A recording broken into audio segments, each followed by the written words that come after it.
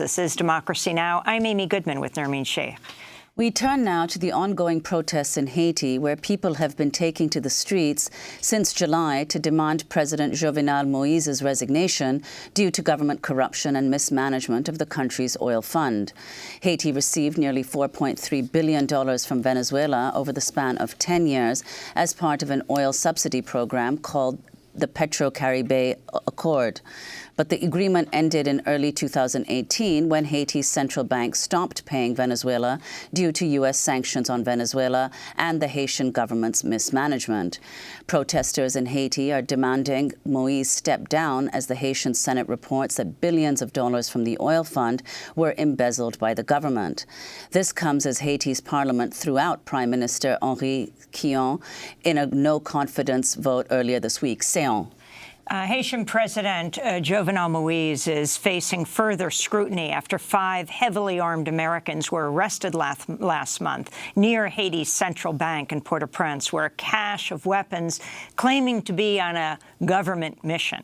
The group included 2 former Navy SEALs, a former Blackwater train contractor, but the mercenaries were quickly sent back to the United States without facing criminal charges in Haiti, sparking outrage and mounting demands that the government explain why the men had been at the central bank in the first place. An explosive new investigation by Haiti Liberté and The Intercept has found the American mercenaries were at the central bank on a mission ordered directly by the embattled president.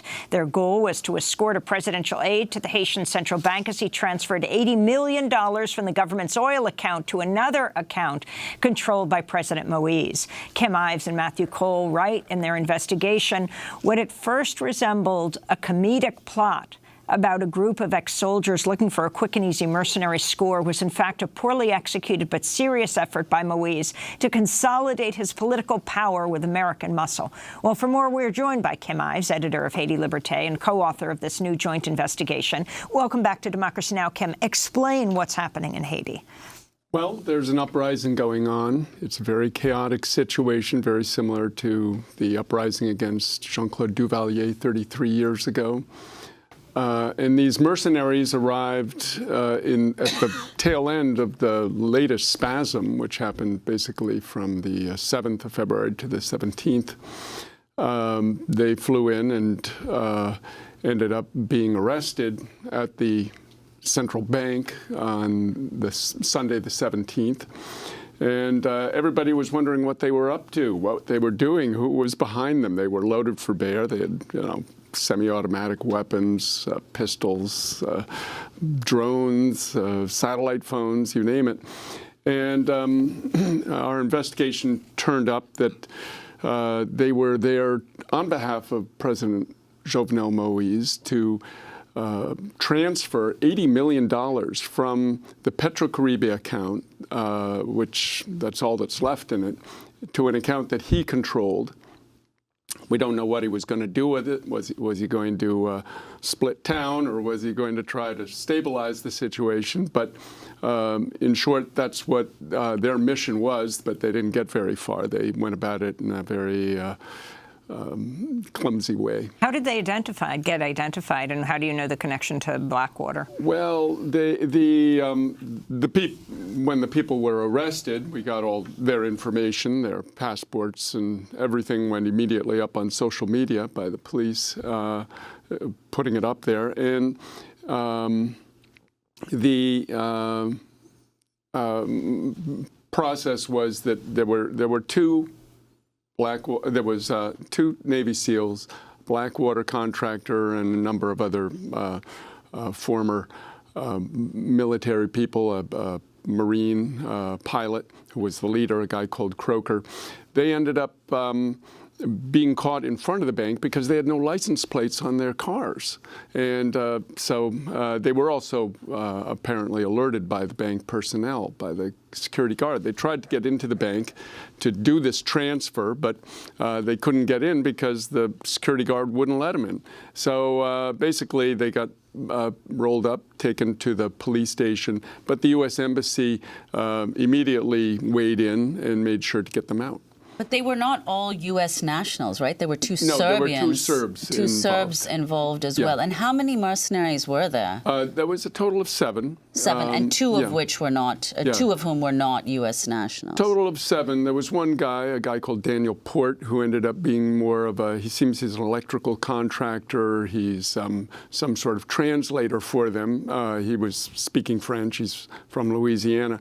And he ended up being the guy who tried to negotiate them out of the 2-hour police standoff that took place. How did the U.S. explain how they got them out of the country and why they're not facing charges? Well, the U.S. hasn't explained that. They just, it was completely illegal what they did, completely. It wasn't even a judge that released them, as should have been the case. It was the foreign minister who wrote a letter to the head of the police station where they were being held, and then they just whisked them out of the country without the judge releasing them in any way. And then when they came to the States, they should have been charged with illegally exporting arms, because they took their weapons on a private jet which flew from Baltimore to Port-au-Prince on February 16th. They never went through immigration in Haiti. They never went through customs. And in the end, they ended up not being charged either in Haiti or the U.S. So they've gotten off scot-free until now, we hope. Well, could you put this in the broader context of the ongoing protests in Haiti and the connection to what's the crisis in Venezuela? Yes. Well, Haiti is going through a terrible uprising, or a great uprising, maybe we could say, in large measure because the support that Venezuela provided Haiti, $4.3 million of cheap oil and cheap credit, from basically 2008 till 2017 or beginning of 18, has finished. And $4.3 billion? $4.3 billion in oil was provided. Now, as we talked about here on Democracy Now!, at the time that we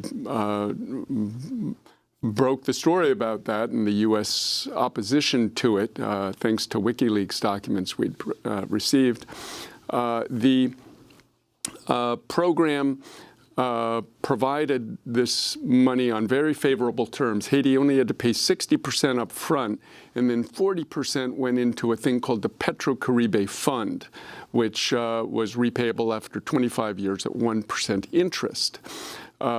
This money was supposed to be used for hospitals, clinics, schools, roads, any social benefit projects. This was the vision of Hugo Chavez, was to give Haiti the capital to develop itself, so it wasn't having to constantly turn to USAID or the IMF, et cetera. This money, though, was largely plundered by primarily the government of Michel Martelly of 2011 to 2016, basically brought in through the good services of then Secretary of State Hillary Clinton. And so demonstrations began asking, what happened to the Petro-Caribe money? Where did all this money go? Then in July of last year, they tried to hike the gas prices because the cheap Venezuelan oil is finished. And the IMF came in and said, you got to raise the prices if we're going to give you any more loans. And when they tried to do it, the people went ballistic, went in the streets for 3 days. Haiti was basically shut down. And Jovenel had to sacrifice his prime minister and bring in the new prime minister, who just was now ousted, Jean-Henri Séan. So that mobilization continued through the fall. In September, October, November, huge demonstrations. And then it began again in February, basically after Jovenel stuck a knife in the back of the Venezuelans after their exemplary solidarity by voting against Nicolas Maduro, saying he was illegitimate as part of a OAS, an Organization of American States, vote on January 10th. Until then, Haiti had not gone along with the U.S. campaign to oust Maduro, but they basically sided with Washington, and now Washington is doing everything to keep Well, why did they Jovenel make propped that up. decision all of a sudden? They were between a rock and a hard place because Washington was sort of sitting back.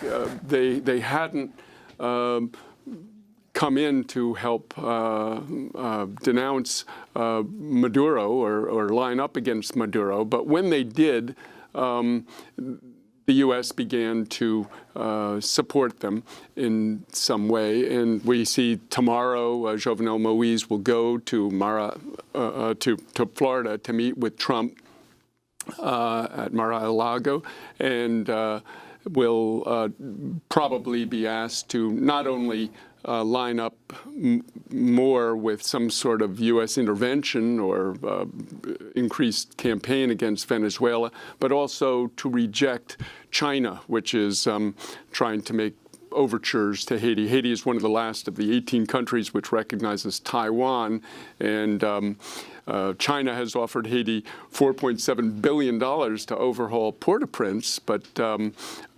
Taiwan, remains giving small corruption bribes to the government. So, how long will Moïse last? That's the $64,000 question. Nobody knows, but he's definitely on the ropes. This uprising looks like it will continue, despite the fact that Moïse has effectively neutralized the prime minister, who he was basically at odds with. The opposition was part of the opposition was trying to work through the prime minister to get Jovenel out. But now with this report about what's happened with the mercenaries and with the continuing crisis of oil in the country, he probably won't last till the end of his term. We want to thank you for being with us, editor of Haiti Liberté, co-author of a joint investigation between Haiti Liberté and The Intercept titled U.S. Mercenaries Arrested in Haiti Were Part of a Half-Baked Scheme to Move $80 million for Embattled President. When we come back, Vicky Ward on Kushner, Inc. Stay with us.